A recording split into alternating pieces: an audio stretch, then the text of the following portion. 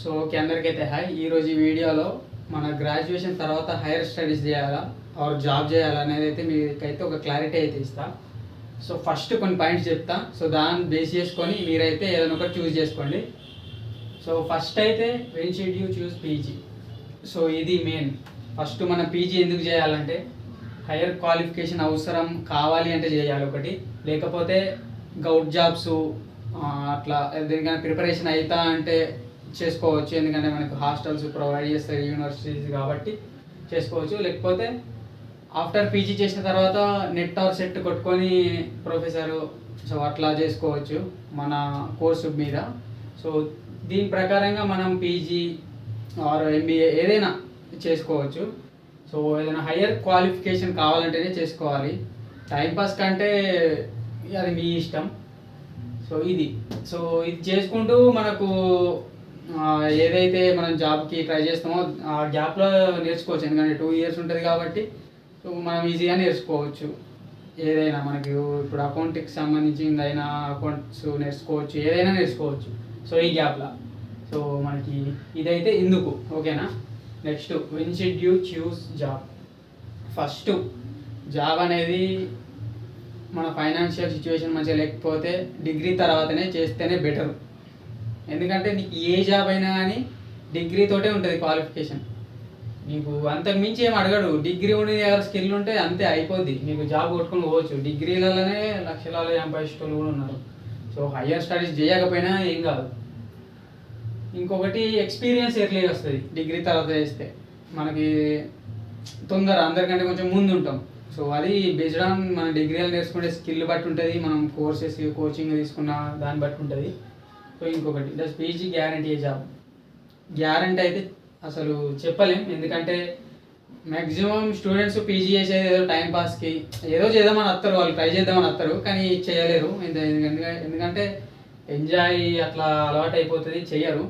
So అది మనకు తెలిసిందే, నేను కూడా చేసినా కాబట్టి నాకు అర్థమైంది. సో ఏదైతే పీజీ చేస్తే మాత్రం లెర్నింగ్ అనేది ఇంపార్టెంట్. మనం నేర్చుకుంటేనే బెస్ట్, ఎంతో కొంత ఎంజాయ్ చేసిన. ఎందుకంటే మనం అది లాస్ట్ కాబట్టి ఎంజాయ్ చేయాలి, బట్ దాంతోపాటు ఏదో ఒకటి నేర్చుకుంటే బెటరు, లేకపోతే మనకి కష్టమవుతుంది. Next benefits of starting A job early. So benefits అయితే ఏముంది, స్టార్ట్గా జాబ్ మనం స్టార్ట్ చేస్తే ఎర్లీ శాలరీ, ఎక్స్పీరియన్స్ తొందరగా వస్తుంది, గ్రోత్ తొందరగా వస్తుంది. ఇప్పుడు కంపారిటివ్ ఇప్పుడు ఎంబీఏ ఎంకామ్ పీజీ ఎంఏ ఇట్లా చేసిన వాళ్ళకి 2 years పడుతుంది మళ్ళీ వాళ్ళు జాబ్ చేయాలంటే, అది కంప్లీట్ చేసిన తర్వాత. అదే మనం డిగ్రీ అయిపోయిన తర్వాతనే స్టార్ట్ చేస్తే ఒక 6 months 7 months అట్లా కష్టపడతాం పోవచ్చు, కానీ వస్తుంది. సో దానివల్ల వాళ్ళకి మనకి 1.5 year 2 years అట్లా గ్యాప్ ఉంటుంది. ఈ గ్యాప్లో మనం నేర్చుకోవచ్చు, శాలరీ, ఎక్స్పీరియన్స్, గ్రోత్ కూడా ఇక్కడికి వెళ్ళిపోతుంది. సో అట్లా స్టార్టింగ్ జాబ్ ఎర్లీగా కొడితే ఇది బెనిఫిట్. ఎందుకంటే గ్రోత్ తొందరగా వస్తుంది. మనం చిన్న ఏజ్లోనే కొంచెం ఎక్కువ సంపాదించుకోవచ్చు అట్లా. ఎందుకంటే 2 years మనకు పీజీ అవన్నీ చేసే బదులు డైరెక్ట్ జాబ్కి వచ్చేస్తే అయిపోద్ది కదా, మంచి ఎక్స్పీరియన్స్ వస్తుంది, అంత వస్తుంది. Next benefits of doing PG. So benefits అనేది అయితే ఉన్నాయి. ఎందుకంటే బెటర్ నాలెడ్జ్ అయితే మనకు పీజీలో దొరుకుతుంది. ఎట్లా అంటే వాళ్ళు చెప్తారు కానీ కొందరు లైట్ తీసుకుంటారు. లెక్చరర్లే చూస్తాం మనం, వాళ్ళు కరెక్ట్ చెప్పారు, వాళ్ళు చేయరు. కానీ మనం ఒకవేళ పర్టికులర్గా నేను ఈ రూట్ మీద వెళ్తా అంటే వాళ్ళు చెప్పమంటే వాళ్ళు చెప్తారు, హెల్ప్ కూడా చేస్తారు. మళ్ళీ ఇంకొకటి ఏంటంటే కంపెనీ ప్రిఫరెన్స్. కొన్ని కంపెనీలు ఏం చేస్తాయంటే హైయర్ స్టడీస్ ఉన్నాయి కదా అని ప్రిఫరెన్స్ అయితే చేస్తారు కొంచెం. ఇప్పుడు నార్మల్ డిగ్రీ కంటే ఒక పీజీ నుండి వచ్చి ఎంకామ్ చేసిన వాళ్ళు వచ్చి వాళ్ళకి కొంచెం ఎక్కువ ప్రియారిటీ ఉంటుంది కదా, ఎంతో కొంత. అరే పీజీ చేసిండు అకౌంట్స్ మీద, డిగ్రీ కూడా చేసిండు, బట్ కొంచెం ఉంటుంది. ఎందుకంటే మనం పర్టికులర్గా అకౌంట్స్ తీసుకొని పీజీ చేసినాం 2 years కాబట్టి సో కొంచెం ఛాన్స్ అయితే ఉంటుంది. బెనిఫిట్స్ ఏదైనా ఇంటర్వ్యూలకు వెళ్ళినా చెప్పుకునేందుకైనా ఏదైనా. సో అందుకు సో ఇంకొకటి నాలెడ్జ్ అంటే అది మీ మీద బేస్ చేసుకొని ఉంటుంది. నెక్స్ట్ రైట్ డిసిజన్స్ ఏంటంటే ఒక్కోళ్ళని ఫాలో కావద్దు. ఇప్పుడు ఎట్లా అంటే నీకు నచ్చింది నువ్వు చేయాలి.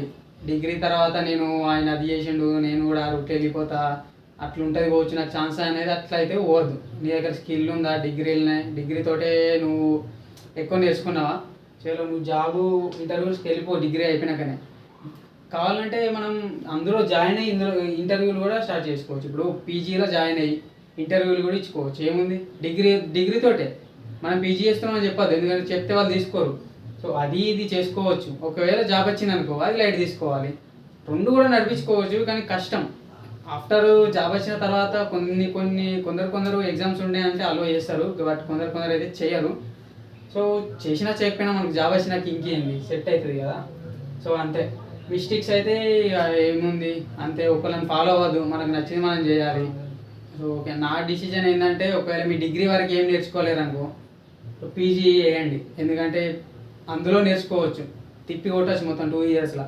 సో అట్లా కవర్ అయిపోద్ది. ప్లస్ మీకు పీజీ చేసినట్టు సర్టిఫికేషన్ ఉంటుంది, అండ్ మీకు పీజీ క్లియర్ చేస్తే నెట్ సెట్ కూడా ఛాన్స్ ఉంటుంది. నాన్ ఐటీకి పోవచ్చు, ఐటీకి పోవచ్చు, నెట్ సెట్ కొట్టుకోవచ్చు. సో ఇన్ని బెనిఫిట్స్ ఉంటాయి ఇది చేస్తే. ఒకవేళ మీకు డిగ్రీ తర్వాత ఏ స్కిల్ లేదు, నేను నార్మల్ ఏదైనా ఉన్నా అంటే అందులో ఒకవేళ నేర్చుకుంటా అనుకుంటే సో బెటరే. సో అంతే. అండ్ మీరు ఇంకొకటి, పీజీ చేస్తున్నా అని నేను దీని మీదే ఉంటా అంటే కష్టం. ఎందుకంటే మీరు జాబ్ చేసినా చేయకపోయినా కొన్ని ఇంటర్వ్యూస్ అయితే అటెంప్ట్ అయితే అవ్వండి, ఎందుకంటే మీకు ఎక్స్పీరియన్స్ వస్తుంది. నీకు జాబ్ వచ్చినా నువ్వు చేయకు, ఒకవేళ నేను పీజీ చేస్తాను అనుకుంటే. బట్ ఇంటర్వ్యూలకు అయితే వెళ్ళు, ఎందుకంటే ఎక్స్పీరియన్స్ వస్తుంది, మనకు తెలుస్తుంది ఎట్లుంటుంది, కథ ఏంది, అసలు ఏం చేస్తారు అనేది. డైరెక్ట్ ఇది మనకు ఇట్లా తెలిసింది అనుకో, ఆఫ్టర్ పీజీ తర్వాత నీకు 4 రోజులలో కొట్టుకోవచ్చు జాబ్. అదే నీకు ఏం తెలియదు, పీజీ వరకు ఒక ఇంటర్వ్యూ అటెండ్ కాలే అంటే కొంచెం కష్టం అవుతుంది, మళ్ళీ టైం పడుతుంది, మళ్ళీ ల్యాగ్ అవుతుంది. సో అంతే వీడియో. ఓకే.